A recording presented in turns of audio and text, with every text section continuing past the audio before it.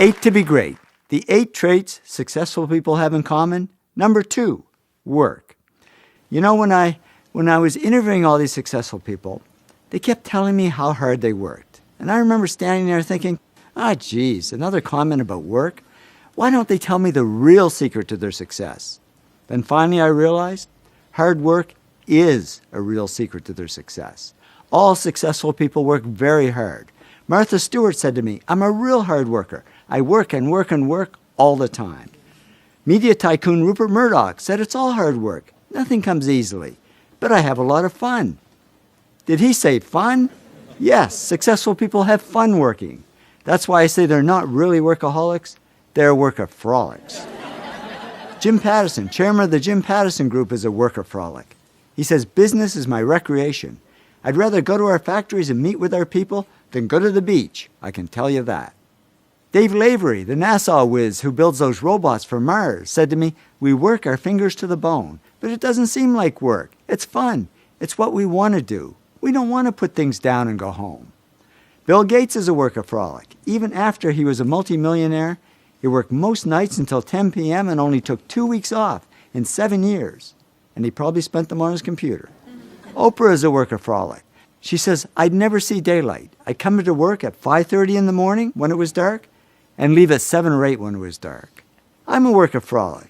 And over the years, I've gone through many days and even weeks without much sleep just because I was having so much fun. And I got to admit, at times like that, you say to yourself, am I the only one working this hard? Because there's a myth that comes easy to some people. You turn on the TV, nobody's working that hard. A guy like Chris Rock stands up on stage, tells a few jokes. What's hard about that? But even Chris says, I wasn't the funniest guy growing up, but I was the guy who worked on being funny the hardest. Trust me, I've interviewed over 500 successful people. Not one of them said it came easy, even though they were doing what they loved. And we tend to underestimate work and overestimate talent. But in the end, work tops talent. Arthur Benjamin, America's best math whiz, said to me, I think numbers and I have always gotten along, but I'm sure my talent is just due to the time and hours and work that I've put into it. Many talented people don't achieve as much success as they could, unfortunately, because they sit back on their talent and never learn to work hard. That's what happened to Michael Jordan when he first started playing basketball. He had the talent, but he wasn't putting in the work, and the coach actually cut him from the high school basketball team. Boy, that was a wake-up call. He says, I was very disappointed.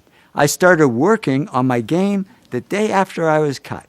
And he soon became the hardest working player in basketball, who made fun of the other players who weren't working hard. And that hard work is what made him the greatest basketball player of all time.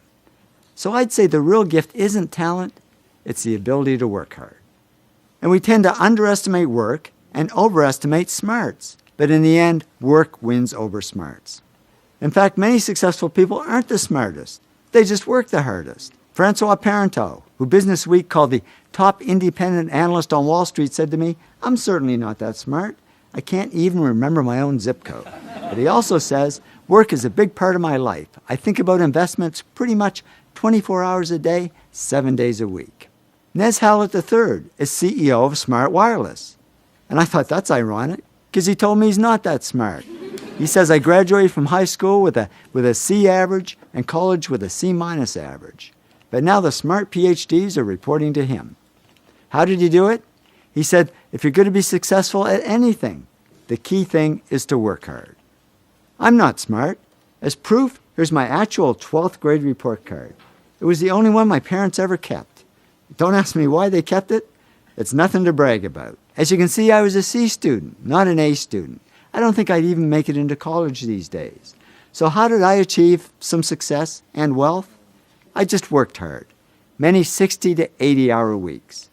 And now I know I'm not alone. Thomas Stanley studied hundreds of millionaires, and he discovered most millionaires weren't A students, didn't score high on tests, and teachers didn't think they'd ever succeed. But they did succeed because they worked hard. So the good news is, if you're not the smartest, if you're a C student, not an A student, the really good news is you can still succeed. Because the word success has 2 C's and no A's.